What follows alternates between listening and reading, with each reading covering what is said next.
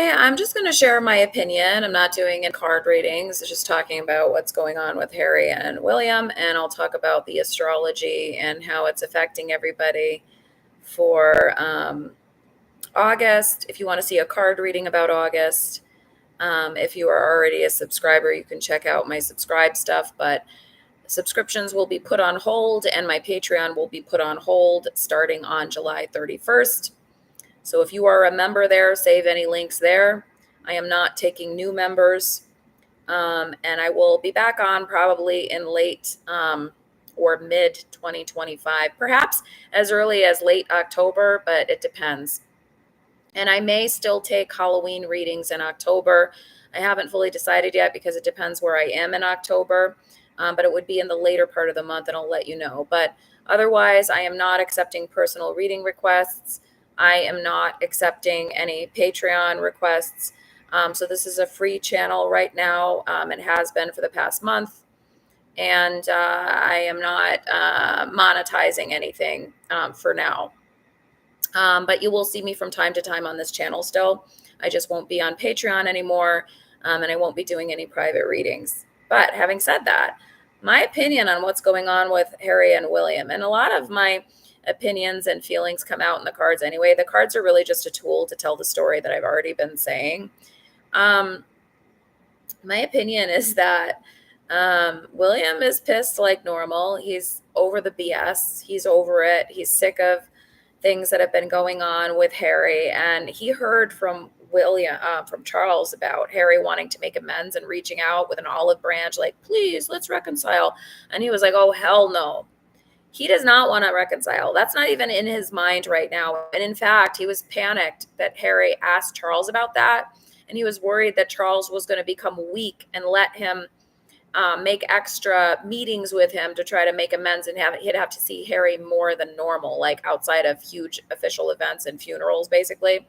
And he was like, oh God, I'm going to like make myself scarce. He was already planning on avoiding him privately.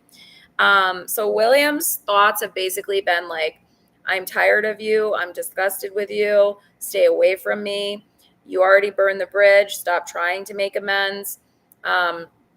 He's really disturbed by the fact that Harry has not shown accountability, has not apologized for the accusations he's made, and he doesn't want to have anything to do with him, basically. Because remember, Harry and Meghan, for quite some time now, have been making accusations without actual proof to back up their accusations. Whoever you want to believe, whatever side you want to believe, the fact of the matter is there's one side that is fact, one side going publicly, making sweeping accusations, which has been Harry and Meghan doing that, but not actually offering proof to back up the accusations, whereas the royal side has basically stayed silent through most of it and hasn't really defended themselves much. So William is disgusted by that because he knows that Harry knows what position he's been in. Hello, Gigi. And he knows that Harry knows that William can't really speak out with the position he's in, and Harry has more freedom to. So just by that alone, William is completely disgusted with Harry. Like, why do you feel that this is okay? Like, you get to say whatever you want and I can't. And you put me in this position over and over again. I really have no desire to make up with you, no desire to deal with you, no desire to talk to you unless I'm forced to at a funeral or an official event. That's how he feels. And remember, long time ago on my channel, I talked about the scarf incident where William was clearly disgusted with Meghan, in my opinion. And then there was way before that when I was doing the readings about conflicts between Catherine and Meghan, and I said there is tension. They're not really the same person. They don't really align with their behavior. And there is tension between them, but the main tension is between the brothers. When the tabloids were talking about Meghan and Catherine, like years ago, I said this about 5 years ago, 4 years ago. And I did a lot of readings on William and Harry before this fallout even happened because I knew that that's where the main energy was. So William is basically disgusted, sick of it, does not want to make amends, had a private discussion with Charles, essentially is what I'm feeling, and said in so many words, if you want to do this, I don't support it, in so many words, and I don't want to be around when you talk to him privately. Tell me so I can avoid the situation altogether. He does not want to speak to him outside official engagements. He is done with him and disgusted with him. And to go to what's happening astrologically in August, um,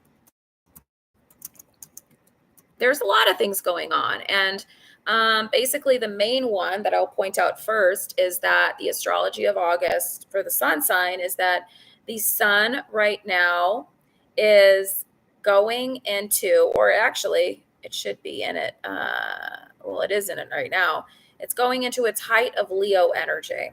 So the later part of July is in Leo right now. And then as you go more into August, it gets into the height of Leo energy, right? Like Leo's 1, Leo's 2, because not all people are the same of a sign, right? Like when you get to the end, it's more cusp, beginning and middle. It's more like digging heels into the sign. Like that's what the sign really is.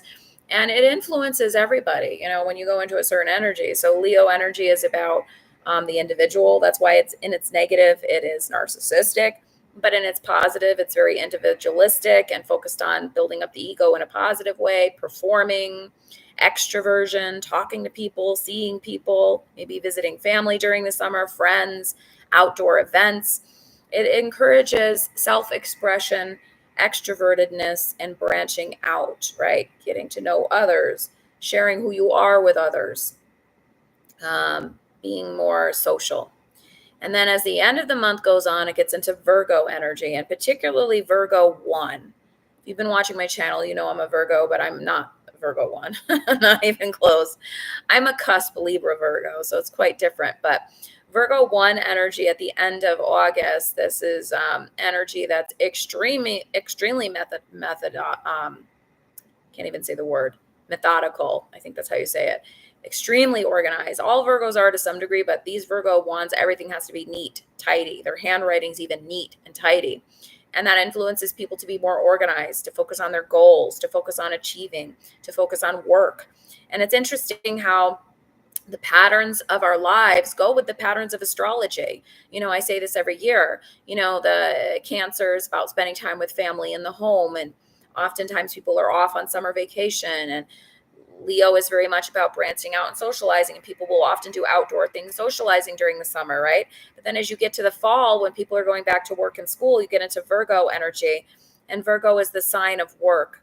So it's very much about, doing what's right, doing things the right way, focusing on the details of your life, planning. Also, though, about harvesting, like seeing the results of your actions thus far and reevaluating so far for the year, because it's towards the middle of the year, towards the middle of the calendar year, and also is an earth sign. So it's about stability, harvesting, Demeter energy, earth goddess energy. It's also about organizing your home, right? So the month of August, most of it, the big first chunk of it, can't talk right, is about socializing, individuality, individual expression, getting to know new people, extroversion. Later parts, more introverted, more planning your life, more reflecting and taking notice, and checking in on what you've done so far, and really planning ahead, using that time to plan ahead and use your time to reevaluate work and school and things like that. As far as anything else, there is going to be a Mercury in retrograde. A Mercury in retrograde begins the month, leading to a sluggish start. But by the middle, I'm reading a little bit of information and then I'll talk about it. But by the middle of the month, we're going to see the Mercury in retrograde disappear. Hello, April. Thank you for joining. And then you'll see that as the month goes by, you'll feel more energy. And again, goes with the Virgo motivation. But the beginning part of the month with the Leo energy of needing to socialize and individual expression, you may feel a little sluggishness with that just because of the Mercury retrograde, especially for signs that are very affected by it, which would be especially Geminis and Virgos, although everybody else is also affected by Mercury in retrograde.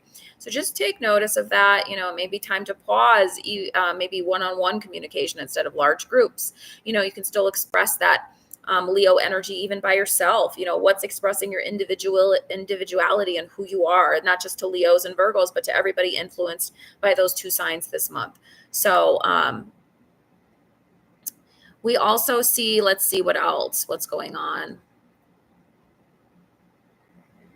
Okay, so Mars is entering Libra on August 6th.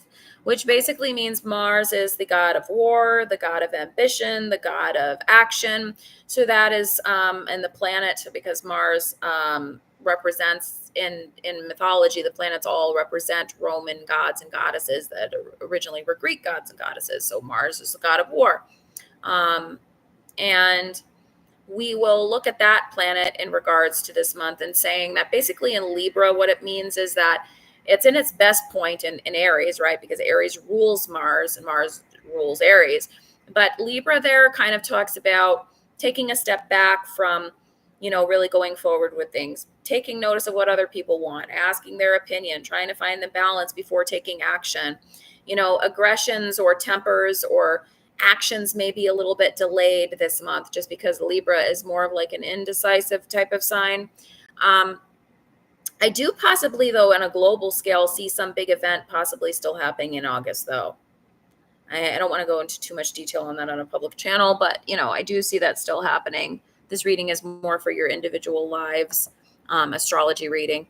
But anyways, let's see if I can find any other placement that's going on this month that I can talk about, because I have to look to see what the placements are, and then I'll talk about them.